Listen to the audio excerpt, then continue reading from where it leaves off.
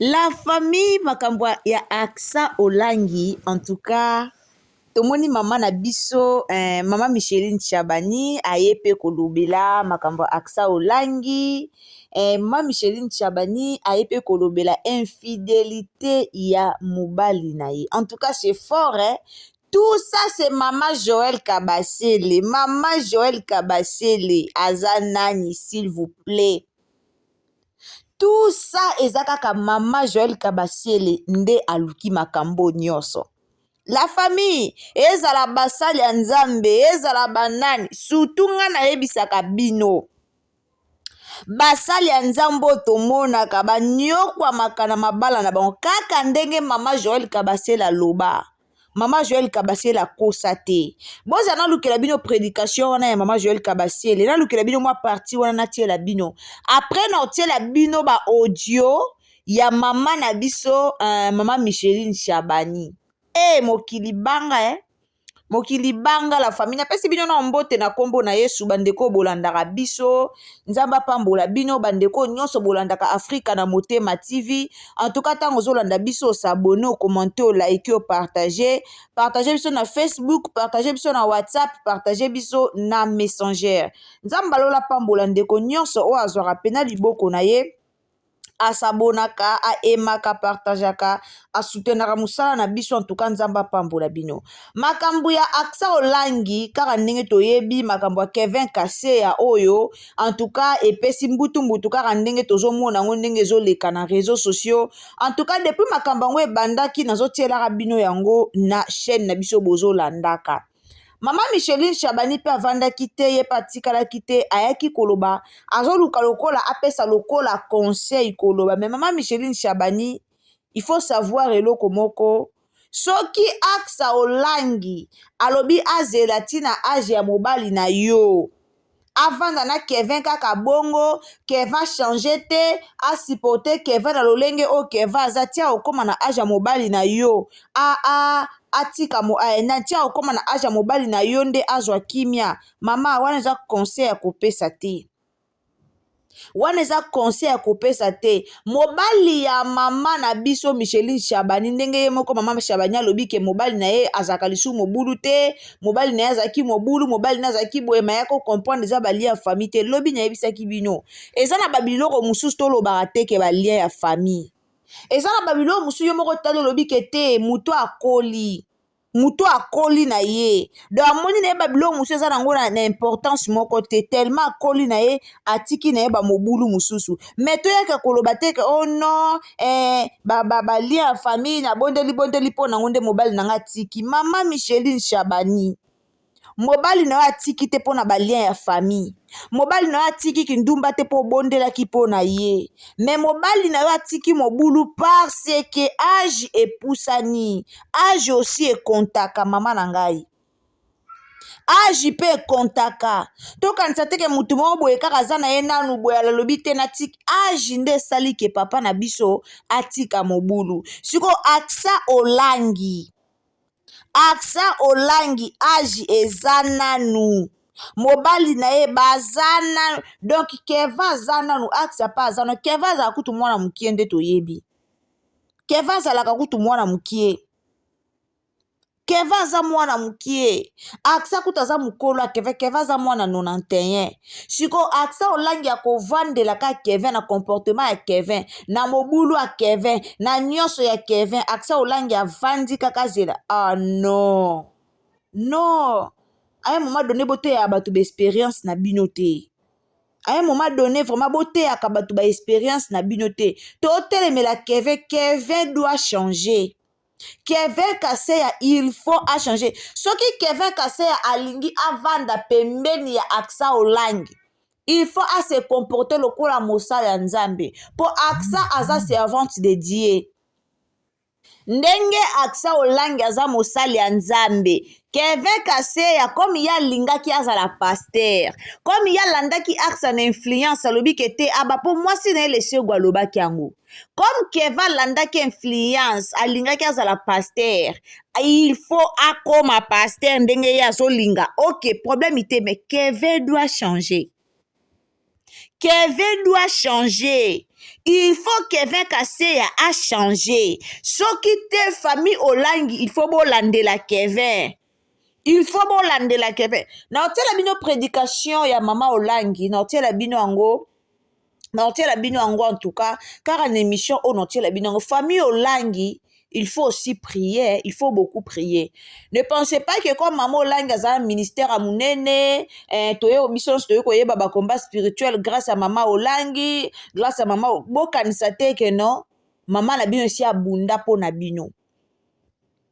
Maman na bino abunda po na ye.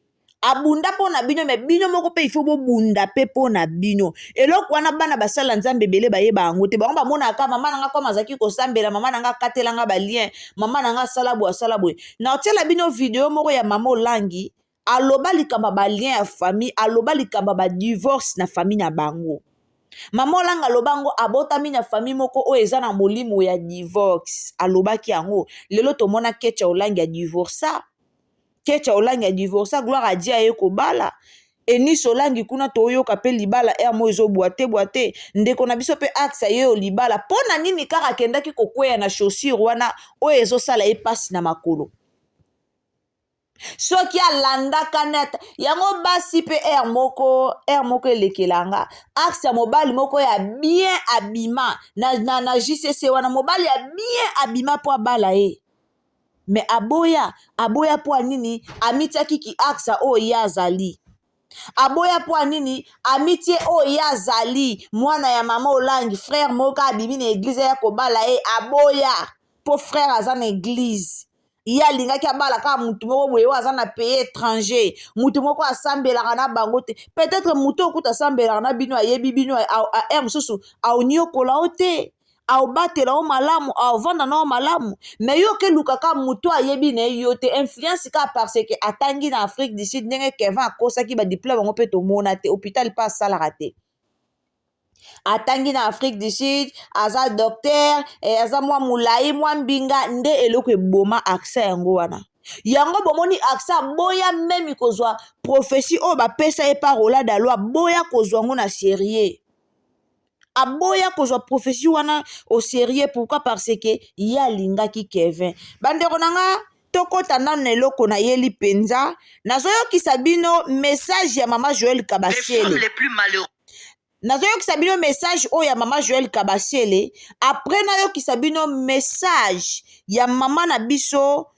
mama Micheline Chabani mobali no atiki mobulu pona âge koya kosala message wana epa ya aksa te posa na biso eza Kevin a changé ka na âge aza nango eza te ke na âge okoma na âge mobala mama Micheline Chabani nde a changé non yango te eza susi na biso tolanda esika makambo o ewuti tolanda.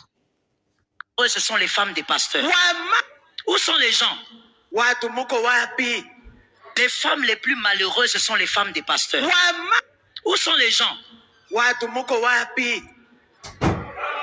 Tu sais pourquoi je dis ce sont les plus malheureuses des femmes? Parce qu'elles souffrent sans parler à cause de la réputation de leur mari. Voilà. C'est pourquoi quand tu la vois à l'église, des fois elle est fâchée, laisse-la. Tu sais pas ce qu'elle vit.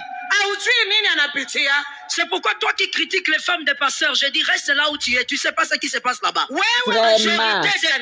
La majorité des pasteurs sont amoureux des fidèles plutôt que de leurs femmes. Voilà. Exactement, maman.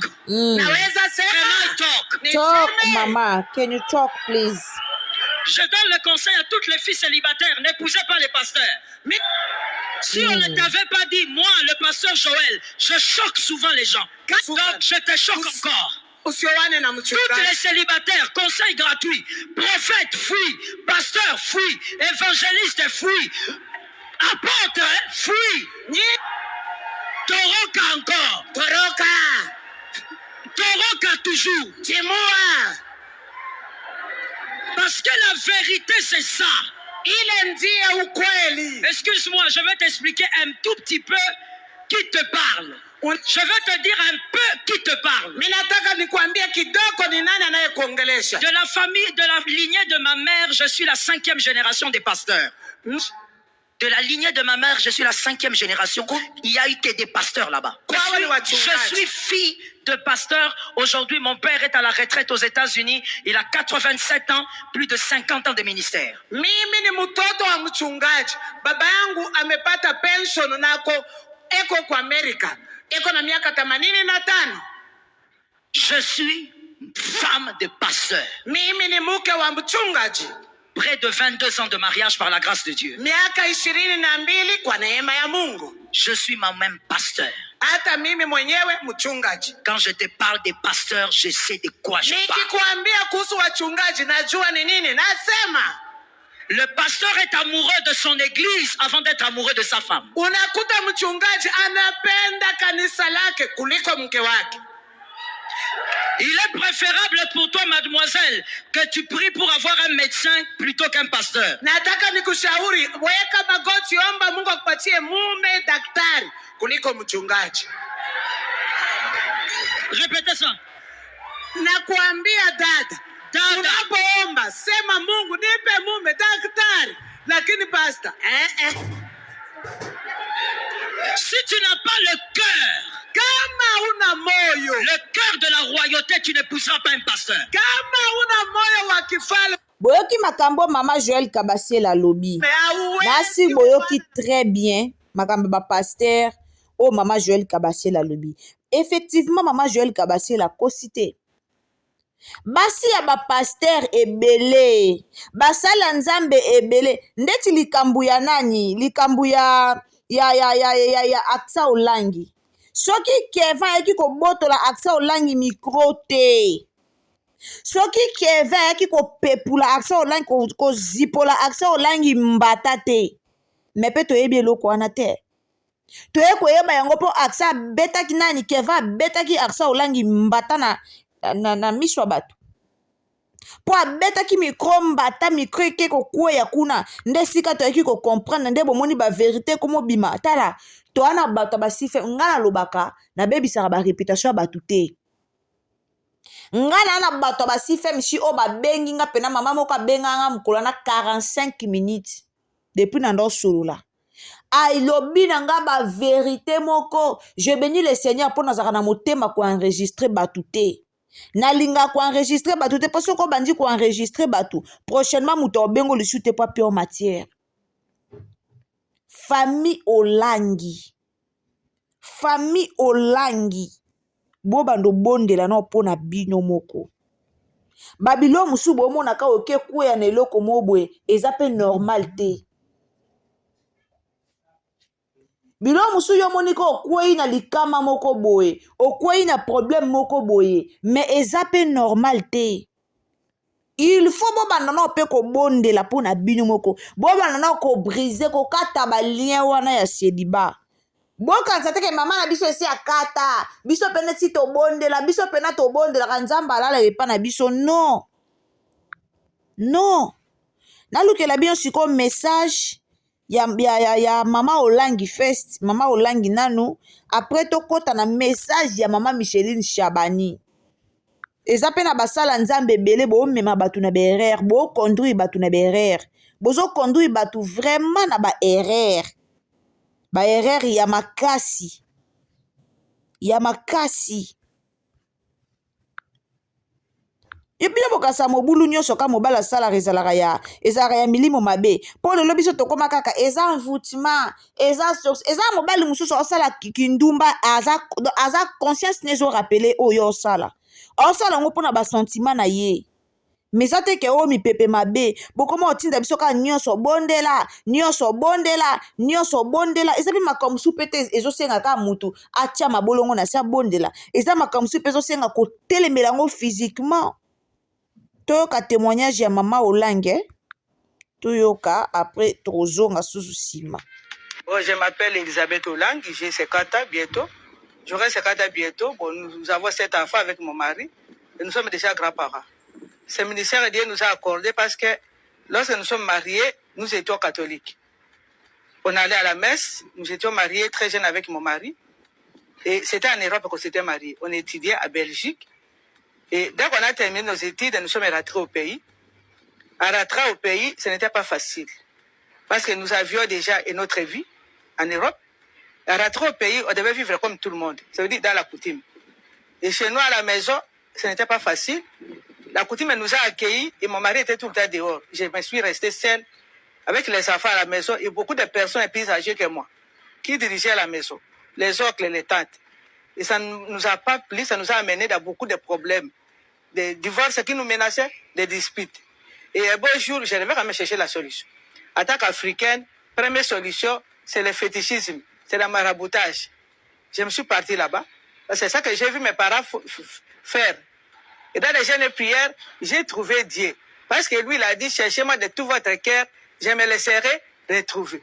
J'ai trouvé Christ, il est venu dans ma vie un beau jour, il m'a répondu. Il m'a dit pourquoi les foyers ne marchaient pas. Parce que bien que j'avais reçu Jésus, je vivais dans la coutume. Mon mari aussi avait reçu Jésus, il m'avait suivi, mais il vivait aussi dans la coutume. Donc, Dieu ne peut pas être là où il y a la coutume. Parce que la coutume, c'est en train de contredire la parole de Dieu. Le Seigneur m'avait dit, il te faut une délivrance. Et moi, j'ai dit pourquoi. Parce que la bonne église, on m'a dit, si vous acceptez Jésus, vous êtes délivré. Le Seigneur m'avait dit, c'est faux. Regardez l'histoire de Lazare. Dans l'histoire de Lazare, Christ m'avait dit, il avait fait 3 opérations. Première opération, il a demandé ôter la pierre. Deuxième opération, il a dit, Lazare, sors de là. Troisième opération, il a dit, délier là. Le Seigneur m'a dit, dans les églises, vous faites 2 choses. Ça veut dire quoi? Ôtez la pierre. Les crédilités, vous recevez Jésus, vous arrivez la crédilité. Deuxième chose, vous écoutez la parole que Christ a envoyée à Lazare, sort de là. Et quand Lazare est ressuscité, il était debout. Jésus m'a dit, il faut troisième opération, c'est la délivrance. Il a dit aux apôtres là, déliez-les. Christ était présent, mais lui n'a pas délié Lazare. Il a ordonné aux autres, aux apôtres, déliez-les. Voilà les 3 étapes que Christ nous a données. Et quand nous avons... Mama Olang azaki na bakomba na libala na ye, divorce ebandaki komenanse libala na ye. Lelo toomona yango mpe pa bana na ye, divorce ezomenanse libala mabala ya bana na ye. Keti ya Olangi asipotaka te tia divorceaka. Eunice Olangi tozoyoka bango mo bato église baobimisa ba vérité baobengaka baoloba pour dire que bana pe baza pe na menace ya divorce na mabala na bango. Mais apparemment bazo comprendre nde yango te. Prier c'est bon, il faut beaucoup prier, oui. Mais aksa il faut azongaka na prophétie o bapesa ye. Prophétie wana elakisaka déjà ke mobali o abala ye réellement aza mobali ya vie na ye te. Tangu apôtre Roland Dalo aloba makambo yo akosa te. Aksa Olangi il faut ayeba ke libala wana sapatu o balobaki ezoswa ye na makolo ekobanda koswaka ye kaka tant que mobali wana aza mobali o Nzambe abongiselaka ye te. Tant que mobali wana aza mobali o Nzambe abongiselaka ye te. Ndenge papa na biso Dalo alobaki ke azomona ye alati sapatu moko mais sapatu wana eza numéro na ye te. C'est clair. Kevin aza mobala vie na ye te. Kevin aza makambo mabe. Kevin abala aksa po na influence ya mbongo na bango. Tout ce que Kevin asalaka ezala pa china aksa mbongo. Kevin azala na bolingo ya lesogo. Lesogo mama bana no babala na baboya na kala. Tangu Kevin yaki kisasa po aya kobala aksa. Alobaka na lesogo na kemamba musala, na kemamba papa na nga na kemamba musala. Musala oyo alobaka eza po aya osafo, po aya osala na CFMC. Aksa Olangi asala choix mabe. Peut-être choix o Nzambe atindelaka ye, ezalaka choix ya frère oyo ayaka o ayaka kobala ye, frère wana abimaka na église. Frère wana tellement ayebaki na makambo basi te. Aksa Olangi mituni alobi muta yebi nyono mamba basi te nga na pianga musala po ya yebaki de makambo mibali. Po biso na mituna biso tokazala bana basala Nzambe bango bazaka 3 fois saint. Makambo mabe ebele ebombama na bana ya basala Nzambe. Mobali o Aksa Olangi aboyaka wana yende mobali la vie na ye. Ya kendaki kolanda par influence. Mobali la vie na ye te. À un moment donné, toyo kaka maloba Nzambe. olingi obala tuna nzambe mobali oyo nazobala ye nde oyo obongisi mpo na nga to ye te. Tolanda sikoyo makambo ya mama Micheline Chabani, tolanda. En tout cas, tolanda mama Micheline Chabani, s'il vous plaît, bandeko, bo s'abonner te, ou s'abonner, ou activer cloche de notification, ou aimer vidéo, et ou salanga malamu makasi, tolanda. Ozi yana maitila bino volume, tolanda. Biso tokutana mibali boye, mobali penza, ake, aboti libana mwasi abenga, mobali na yo, abimananga abia nzamba za lokumu. Nakomi kopesa, nzambe pesa nga motema olinga mwasi wana. Na église nanga naza mwa maso na te wazaka makanga mbali nanga. Ah bon? Mais aza mwana molimo nanga na teye aye abali pa comme na bana 4. C'est ma sœur. Aujourd'hui j'ai mon mari et j'ai un mari fidèle, très fidèle, plus que ce qu'il était hier. Mais le bazaki courait de jupons de ce qu'on mange et sortir ce qui se mange. Aujourd'hui, tout ça est heureuse. Aza heureux. Parce qu'on a fait tomber les réclamations de son côté et de mon côté. Sauver pour sauver. Il est devenu fidèle, pas parce que beaucoup ici, balien, ba réclamation, non. Il est devenu fidèle parce que l'âge déjà est avancé. Mobali ya mama Micheline Chabani aza susu na âge ya kusala ki infidélité te. Eloko wana mama Micheline Chabani o comprendre place wana te. Mobali na yo force eza lisusu te. Makasi yoke kosala mobulu eza lisusu te. Mama Micheline Chabani a souffri makasi na libala na ye. A souffri makasi na libala na ye. Anyokwami penza. Mais mobali lelo soki akoma fidèle avandi. Ezate ke o poto kati bali en famille, to kwa ici Goliath, to kwa ici non. Génération na bino, eza génération lelo te. Mobali no akomi pena fidèle à makasi po akoli akei déjà age pusani. Ali suna age osala mobulu te asaleli yango ni. Okoki koya koteya batu te ke no ngai nazaki na mbanda mobali nanga na komisaki pene nani mwasa mobali na ngai makanga mobali nanga nazwaki ye na komisi ye pene na ngai mama motema munene lokwa RDC Congo bwedikamba ngunini alembi na yende via kindumba akoli na ye mobali no pesi a comprendre ki otala mobali soka comprendre ke mwasa yebi déjà mobulu nanga na lobake lokote amatelo likola zolo ko lingana mwana musala. Lokwa makambo mobali ya mama sangambu ya sali yake linga mwana musala. Mobali soka comprendre ke mwasi na nga oyo. Ayebi na yenga. Ayebi na ye makambu na nga. Merki paka na ye kolobate. Mobali ya matelo tina zolo. Mobali ya matelo pena tina zolo. Abine liyo mutu wa shidikola zolo. Parce que mama Micheline Chabani ayeba kipe erreur oya zaki nango. Mama Micheline Chabani ayeba kipe ya zaki pe na ba faute moko boye mobali na ya botaki ya mi botaki nanu te alors abanda ko garder mariage na to lo bango bongo.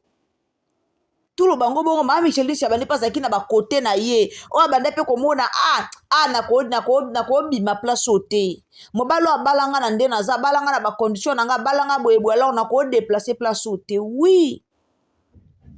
Mais tote ya batute que vandaka na mobali a tabu axa olangi ndaza na mobali na il faut changer. Kevin alinga te réseaux sociaux to ko changer ye. Kevin soki a changé tazo continuer konyokola axa olangi biso toko banda koyaka. Kevin tokoya lelo tokoya lobi toko metyo na ba miniature toko metyo na ba lolenge nyoso toko luka matière no ya kala toko bimisa jusqu'à ce que oko changer. malgré mabe ya AXA, malgré AXA a négligeaki prophétie, mais quand même a mérité mobali lokola Kevin Kaseya te. Mo pe na mitunaka na ebela ba frère o bazaki na CFMC ata mutu moko bala bana mama olanga zate. Na ebela ba frère a malamu ya bien o lelo pe baza ba stable ba pe na ba vie ya malamu bana mama olangi bo bande koluka nini bo kende ka koluka mibali yango ya libanda ndenge nini bo bando ka se bien nde boza ba spécial to nini tala lelo la sœur AXA olangi muto abimia bala yo muto ayebi ne makambo basi te muto na alingane mwasi na vite les goûts de ça muto alingine mwasi na vite mwasi na liboso ezaka yo mais bo vanda très bien bo vanda bien yo kena au préféré o bala muto azalaki déjà marié.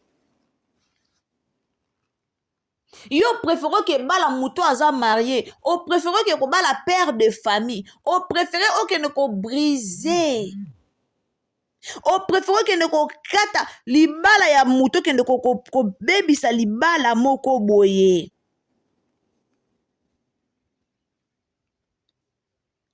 Au préféré na oke ko panza libala ya mutu moko boye.